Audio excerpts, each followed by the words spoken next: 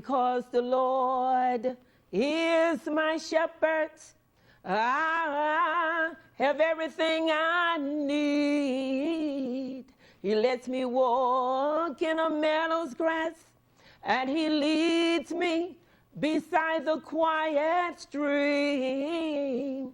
He restores my failing health, and he lets me do what pleases him the most. That's why I'm saved. Ha! That's why I'm saved. That's why I'm saved. Saved in his arms. Yes. Father God, in the name of Jesus, healing hands touch and deliver. Come on, healing hands touch and make whole. Look on every man, every woman, every boy, and every girl. Send your help, God, and let that help be great. Look on people everywhere. Look on the sick. God, you know they need you right now. Look in the homes, the hospitals, wherever they may be. God, work it out. Hey, Satan, the Lord rebuke you. The blood of Jesus come against you. Hey, look on our military, God. Hey, work in their behalf. Shield them, God. Hey, as they go forward to protect our country. Hide me behind the cross. Cover me in your blood. In Jesus' name, I pray. Amen, amen, and amen.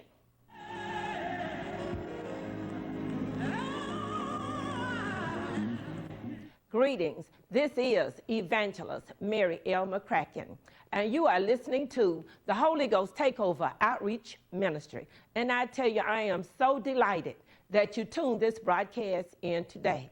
Sit back, relax, and enjoy the word of the Lord with us, because truly there is a word from the Lord today. We invite you to visit us every day if you like on the internet. Holy Ghost Today is the name of the website. That's www.holyghosttoday.com. When you get there, there will be an array of things to do. There will be articles to read, video clips to watch, and of course, our fantastic web store. You must see all our former broadcasts in the web store. So visit us, www.holyghosttoday.com. And now, please write me. I delight to hear from you.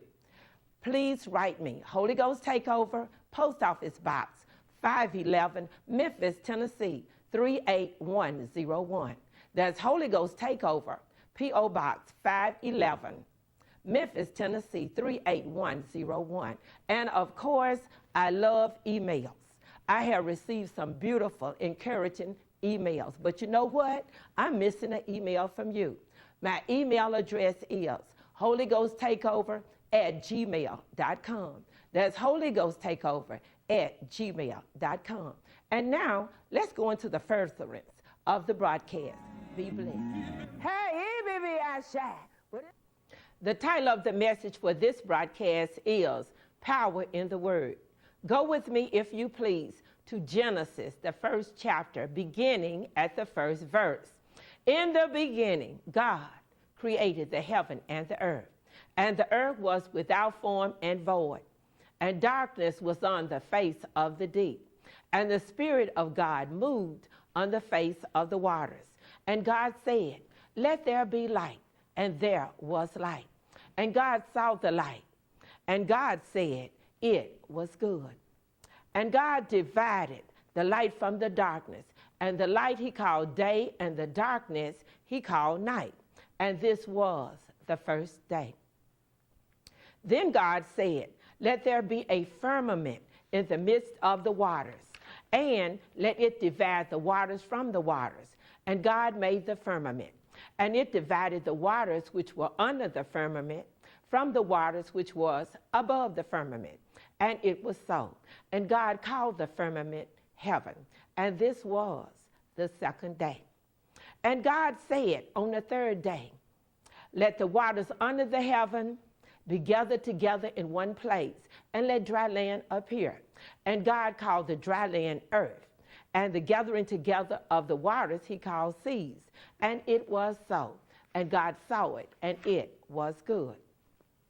Go with me to Genesis, the first chapter, beginning at the 11th through the 15th verse.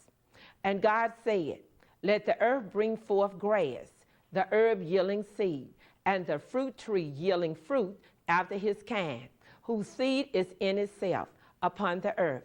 And it was so. And the earth brought forth grass, and herb yielding seed after his kind, and the tree yielding fruit, whose seed was in itself after his kind. And God saw that it was good. And the evening and the morning were the third day.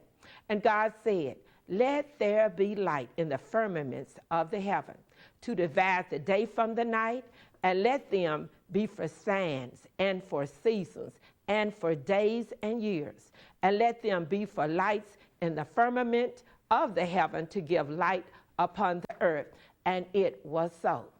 And on the fourth day, God created two great lights, the greater light to rule by the day, which is the sun, and the lesser light to rule by the night, which is the moon.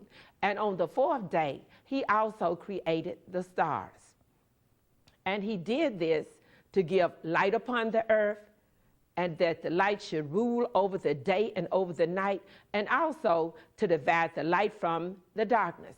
And God saw it, and it was good. And this was the fourth day. Go with me, if you please, to Genesis, the first chapter, the 20th through the 23rd verse. And God said, let the waters bring forth abundantly the moving creature that hath life, and fowl that may fly above the earth in the open firmament of heaven. And God created great whales and every living creature that moveth, which the waters brought forth abundantly after their kind, and every winged fowl after his kind. And God saw that it was good. And God blessed them, saying, be fruitful and multiply, and fill the waters in the seas, and let the fowl multiply in the earth. And the evening and the morning were the fifth day. Now on the sixth day, God said, let the earth bring forth the living creature after his kind, the cattle, the creeping things, the beasts of the field after their kind. And it was so. And God saw it, and it was good.